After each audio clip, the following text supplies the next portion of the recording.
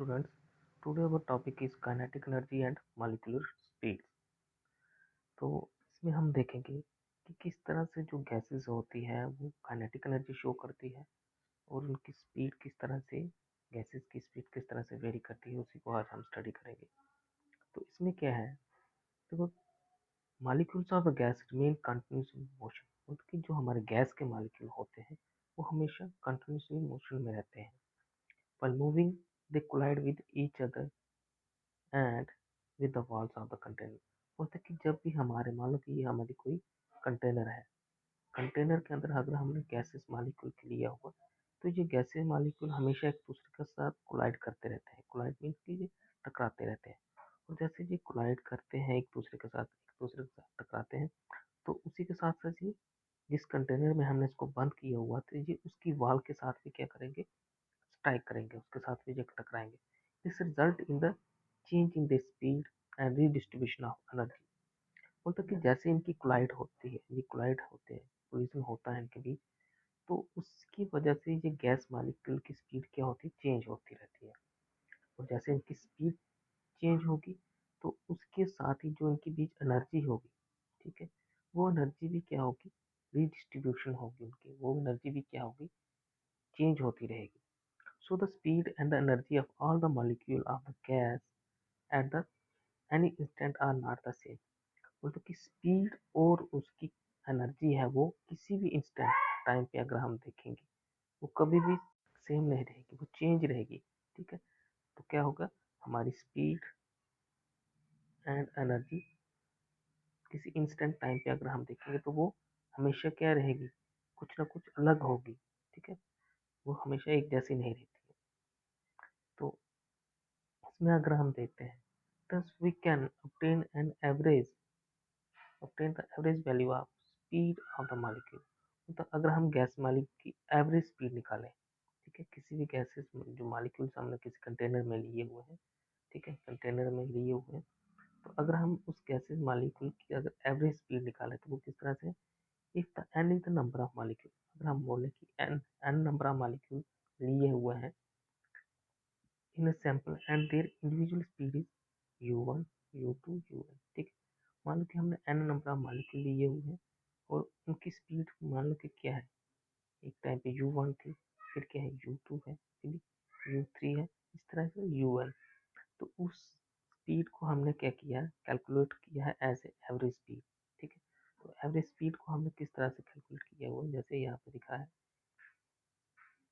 कि हमने क्या किया, u1 की एक स्पीड है हमारी, उनकी एक टाइम की स्पीड, फिर u2 उनकी, हर एक मॉलिक्यूल की जो एवरेज स्पीड निकालने के लिए हमने क्या किया, नंबर ऑफ मॉलिक्यूल की जो स्पीड है उनको क्या किया, ऐड कर लिया। ठीक है, और टोटल नंबर ऑफ मॉलिक्यूल्स के साथ डिवाइड कर दिया। ठीक है, एक मॉलिक्यूल की स्पीड, दूसरे मॉलिक्यूल की, तीसरे मॉलिक्यूल की स्पीड, तो उनकी स्पीड को हमने ऐड कर लिया और डिवाइड कर लिया टोटल नंबर ऑफ मॉलिक्यूल से।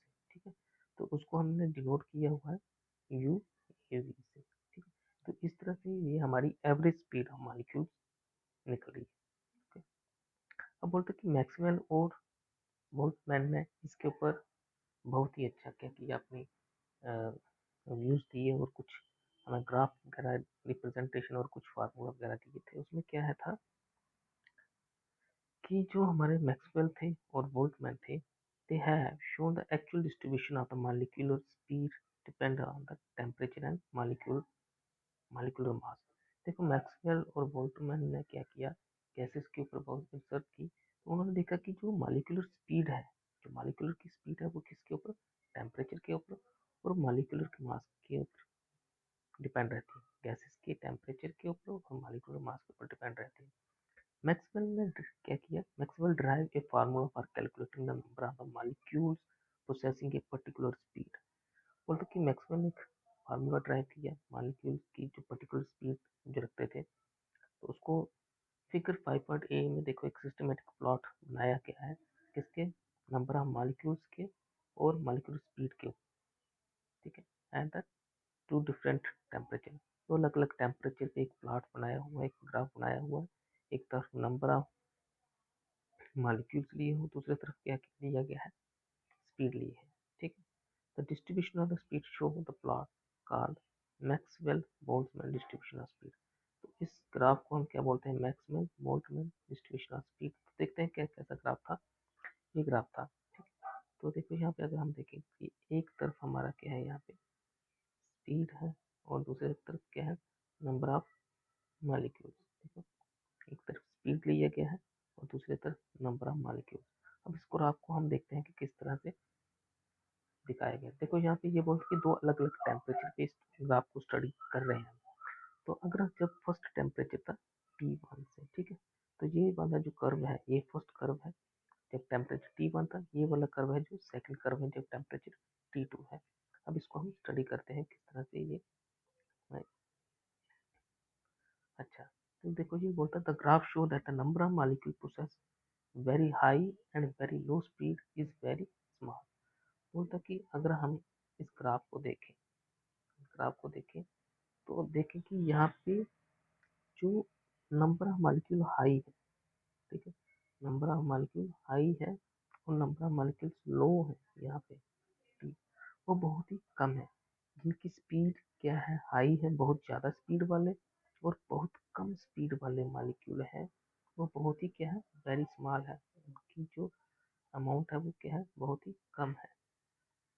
ठीक है, तो उनका क्या है, स्पीड, जिनकी स्पीड क्या है, ज़्यादा है या जिनकी स्पीड बहुत ही कम है ना। देखो यहाँ पर हम देखें क्या बोल रहे हैं, the graph show that the number of molecule possessing very high speed and very low speed. जिनकी स्पीड बहुत ज़्यादा है और जिनकी स्पीड बहुत कम है वो मॉलिक्यूल क्या है, बहुत ही कम है, very small.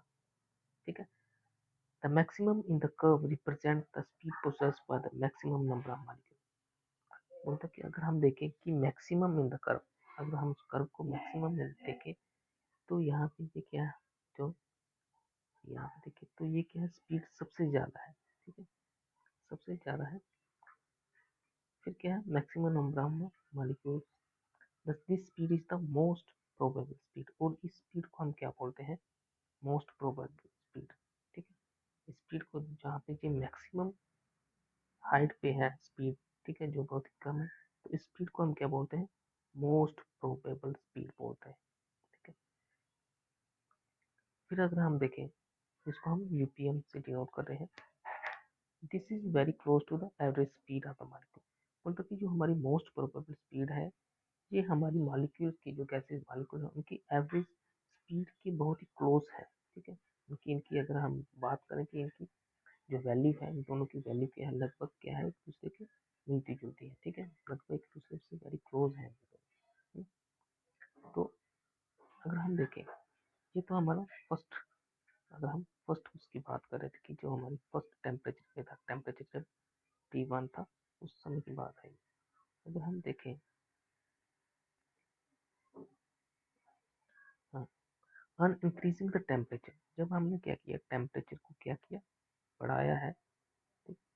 On increasing the temperature most probable the speed increase. मतलब कि जैसे हमने गैसेस के टेम्परेचर को क्या किया, इंक्रीज किया। हमने पहले बताया कि ये किसके ऊपर डिपेंड है, मैक्सवेल और बोल्ट्जमैन का क्या बोला था, टेम्परेचर और मॉलिक्यूलर मास के ऊपर डिपेंड रहेगा उसका जो स्पीड ऑफ मॉलिक्यूल्स है और एनर्जी। ठीक है, जैसे हमने टेम्परेचर को बढ़ाया तो ये बोलते हैं कि स्पीड क्या होगी, इंक्रीज होगी। Also the speed distribution curve broaden at the higher temperature. बोलते हैं जो हमारा कर्व है, जो स्पीड डिस्ट्रीब्यूशन कर्व है, वो भी क्या हो गया, थोड़ा सा ब्रॉड हो गया। कहाँ पे, हायर टेम्परेचर पे। The broadening of curve show the number of the molecule moving at the higher speed is increase. बोलता कि जो हमारा कर्व दिखा रहा है, अगर हम देखें कर्व को देखें तो जैसे हमने टेम्परेचर को क्या किया, इंक्रीज किया है। ठीक है, टेम्परेचर को इंक्रीज किया, मान लो कि हमारा टेम्परेचर T1, जैसे जैसे टेम्परेचर इंक्रीज हो रहा है तो अगर हम देखें तो ये क्या कर रहा है, यहाँ पे जो कर्व है वो क्या हो रहा है, ब्रॉड हो रहा है। ठीक है, कर्व हमारा क्या हो रहा है, ब्रॉड हो रहा है। ठीक है, तो इसका मतलब कि number of the speed of molecules higher temperature पे वो क्या होता है, ज़्यादा हो जाता है। क्योंकि जैसे हम टेम्परेचर को बढ़ाएंगे, ठीक है, तो उतना ही हमारी क्या होगी, मॉलिक्यूल का कोलिजन ज़्यादा होगा। कोलिजन ज़्यादा होगा तो वहाँ पे उनकी क्या होगी, मूवमेंट ज़्यादा होगी, तो उस वजह से वहाँ पे क्या होगी, स्पीड उनकी बढ़ जाएगी। ठीक है, तो यही बोला गया है यहाँ पे कि हाई टेम्परेचर पे कर्व भी ब्रॉड हो जाएगा, स्पीड भी इंक्रीज हो जाएगा। ठीक, the speed distribution also depend upon the, पहले तो हो गया टेम्परेचर। ठीक है, अब बोलता है कि स्पीड डिस्ट्रीब्यूशन है वो किसके ऊपर डिपेंड है, मास ऑफ मॉलिक्यूल। ठीक है, मॉलिक्यूल की मास के ऊपर भी डिपेंड है। At the same temperature the gas molecule heavier mass have slower speed than the lighter molecule, lighter gas molecule। बोलता अगर टेम्परेचर को सेम रखा जाए, ठीक है, अगर हमने सेम टेम्परेचर पे, ठीक है, सेम टेम्परेचर पे किसी गैस जो हाई हैवी गैस थी उसको टेम्परेचर सेम टेम्परेचर दिया है और उस गैस का मॉलिक्यूल है वो वेट कि उसका जो मास है वो क्या है, ज़्यादा है, ठीक है, थोड़ा हैवी है, तो उस टाइम पे हम देखते हैं कि उस मॉलिक्यूल की, वो मॉलिक्यूल की स्पीड क्या हो जाती है, स्लो हो जाती है। किसके कंपैरिजन, वो वाली गैस जिसका मॉलिक्यूल मास क्या है, मॉलिक्यूल मास क्या है, बहुत कम है, उसके कंपैरिजन में उसकी स्पीड हैवी वाले मॉलिक्यूल्स की स्पीड क्या हो जाएगी, कम हो जाएगी। बल्कि अगर मॉलिक्यूलर मास क्या होता है, हैवी हो जाता है, तो स्पीड क्या हो जाती है, स्पीड क्या हो जाती है, कम हो जाती है, इन्वर्सली प्रोपोर्शनल हो जाती है। अगर लाइट होता है तब क्या होती है, ये डायरेक्टली प्रोपोर्शनल स्पीड क्या हो जाती है, बढ़ जाती है। तो जितना हल्का उसका क्या होगा, मॉलिक्यूलर मास होगा, उतनी स्पीड ज़्यादा होगी, जितना हैवी होगा उतनी स्पीड क्या हो जाएगी, गैस की मॉलिक्यूल की कम हो जाएगी। ठीक है, यही दिखाया गया है यहाँ पे। तो इसकी एक एग्जांपल दी है, जैसे कि हमें पता है कि नाइट्रोजन मॉलिक्यूल है वो बहुत ही फास्ट मूव करता है, ठीक है, किसके कंपैरिजन, क्लोरीन मॉलिक्यूल के, क्योंकि मॉलिक्यूल जो नाइट्रोजन का मॉलिक्यूल है वो क्या है, लाइटर है, किससे, क्लोरीन के मॉलिक्यूल, क्लोरीन का मॉलिक्यूल क्या है, हैवी है, ठीक है, तो इसलिए क्लोरीन के मॉलिक्यूल की स्पीड क्या होगी, कम होगी, नाइट्रोजन के मॉलिक्यूल की स्पीड क्या होगी, ज़्यादा होगी। Hence, at the any given temperature, the nitrogen molecule have higher value most probable speed than the chlorine molecule। ठीक है, तो इसलिए नाइट्रोजन मॉलिक्यूल की स्पीड कम है और क्लोरीन के मॉलिक्यूल की स्पीड क्या है, नाइट्रोजन के मॉलिक्यूल की स्पीड ज़्यादा है और क्लोरीन की स्पीड कम है। ये रीज़न है कि क्लोरीन है वो हैवियर है एज कंपेरिजन टू नाइट्रोजन। अब देखो यहाँ पे कर्व में दिखाया गया है, कर्व में दिखाया गया है कि अगर हम कर्व को ध्यान से देखें तो देखो, अगर हम किसको देखें, क्लोरीन को देखें, ठीक है, क्लोरीन को देखें और साथ में ये नाइट्रोजन के कर्व को देखें, तो अगर हम देखें कि क्लोरीन के मॉलिक्यूल यहाँ से जा रहा है, थोड़े समय के लिए स्पीड इनकी ज़्यादा होती है, फिर बाद में स्पीड क्या होगी, कम होगी। लेकिन नाइट्रोजन के मॉलिक्यूल का अगर हम देखें तो ये क्या है, बहुत देर तक क्या है ऊपर, यहाँ से लेके यहाँ तक अगर देखें तो बहुत देर तक इनकी स्पीड, ज़्यादा स्पीड बहुत देर तक रहती है, ठीक है, फिर ये कम हो जाती है। इसका मतलब क्या होगा कि नाइट्रोजन क्या है, लाइटर है, क्लोरीन क्या है, हैवी है, इसलिए नाइट्रोजन ज़्यादा देर तक हाई स्पीड शो करता है, नाइट्रोजन के मॉलिक्यूल जो गैसेस के हैं, क्लोरीन कम शो करता है। ठीक है, अब ये तो होगी स्पीड की। अब क्या है, काइनेटिक एनर्जी की बात करते हैं। काइनेटिक एनर्जी को देख के अगर हम, क्या है, we know that kinetic energy of particle is given by the expression. हमें पता है काइनेटिक एनर्जी का फार्मूला क्या है, 1/2 हाफ एम यू स्केयर। ठीक है, M for mass and U square यहाँ पे क्या है, वेलोसिटी। ठीक है, तो अगर हम देखें ये फार्मूला, ठीक है, कई बार हाफ 1/m भी स्केयर होता है, यहाँ पे यू लिखा हुआ, तो हम इसी को देखते हैं।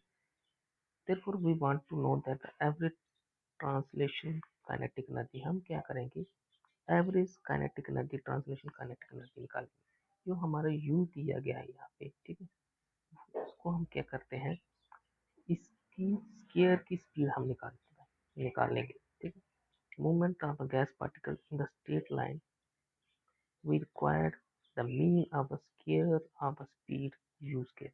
हम क्या करेंगे, जो स्केयर है, जो स्पीड दिया है, इसका हम क्या करेंगे, मीन निकाल लेंगे। ठीक है, और डिवाइडेड बाय एन करके स्पीड मीन निकल जाएगा। ठीक है, तो मीन निकल जाएगा, इसलिए यहाँ पे क्या लिखा हमने, half into M U square, ऊपर लगा दी बार। ठीक है, तो बार से हम जिसको डिनोट कर रहे हैं। ठीक है, काइनेटिक एनर्जी, क्योंकि हमने स्पीड को जो एम बी स्केयर थी वो एम यू स्केयर है, हाफ एम यू स्केयर है, तो यू स्केयर का हमने क्या किया, मीन ले लिया। ठीक है, the mean square speed is direct measure of the average kinetic energy of the gas. बोलते कि ये डायरेक्टली हम average kinetic energy of gas को हम निकालने के लिए इसका मीन ले लेंगे। If we take the square root of the mean of the square of the speed then we get the value of the speed. ठीक है, इसमें हम क्या करते हैं, अगर हम स्केयर रूट ले लिया है स्केयर ऑफ स्पीड का, तो हम क्या करते हैं, we get the value of speed which is different from the most of probable speed and average speed. बोलता कि जो हमारी स्केयर रूट करके जो हम स्पीड निकाल रहे हैं, ठीक है, यू को, इसकी जो स्पीड है और प्रोबेबल स्पीड और एवरेज स्पीड में बहुत फर्क है, में बहुत सारा डिफरेंट रहेगा। ठीक है, इनमें बहुत ज़्यादा फर्क रहेगा। This speed is called mean root mean square speed. इस स्पीड को जो काइनेटिक एनर्जी के साथ है इसको हम क्या बोलेंगे, रूट मीन स्केयर स्पीड कहते हैं, और इसको हम डिनोट करते हैं यू आर एम एस। ठीक है, अंडर रूट यू स्केयर ऊपर बार, ऐसे डिनोट करते हैं। अब देखो ये बोलते हैं कि root mean square speed, average speed और मोस्ट प्रोबेबल स्पीड, तीन स्पीड हो गई हमारी। तो इनमें जो हमारी क्या है, जो हमारी रूट मीन स्केयर स्पीड है ये क्या है, ज़्यादा होती है। फिर हमारी एवरेज स्पीड जो होती है वो कम होती है। ठीक, फिर जो हमारी मोस्ट प्रोबेबल स्पीड है वो उससे भी कम होती है। ठीक है, उसकी वैल्यू जो होती है, अगर हम इनकी रेशियो निकालें, रेशियो देखें, तो इस तरह से उनकी रेशियो शो की हुई है, जैसे यहाँ पे 1:1.128:1.224। तो इसका मतलब कि जो हमारी मोस्ट प्रोबेबल किस वो वैल्यू वो क्या है, कम है। सबसे ज़्यादा किसकी है, एवरेज की, और सबसे ज़्यादा किसकी है वैल्यू, हमारी जो होती है वो रूट मीन स्केयर स्पीड। तो ये था आज का हमारा टॉपिक, इस तरह से हम काइनेटिक एनर्जी को और मॉलिक्यूलर स्पीड को गैसेस के स्टडी किया जा सकता है, जो कि किसने दिया था, मैक्सवेल और Boltzmann. Thank you, have a good day.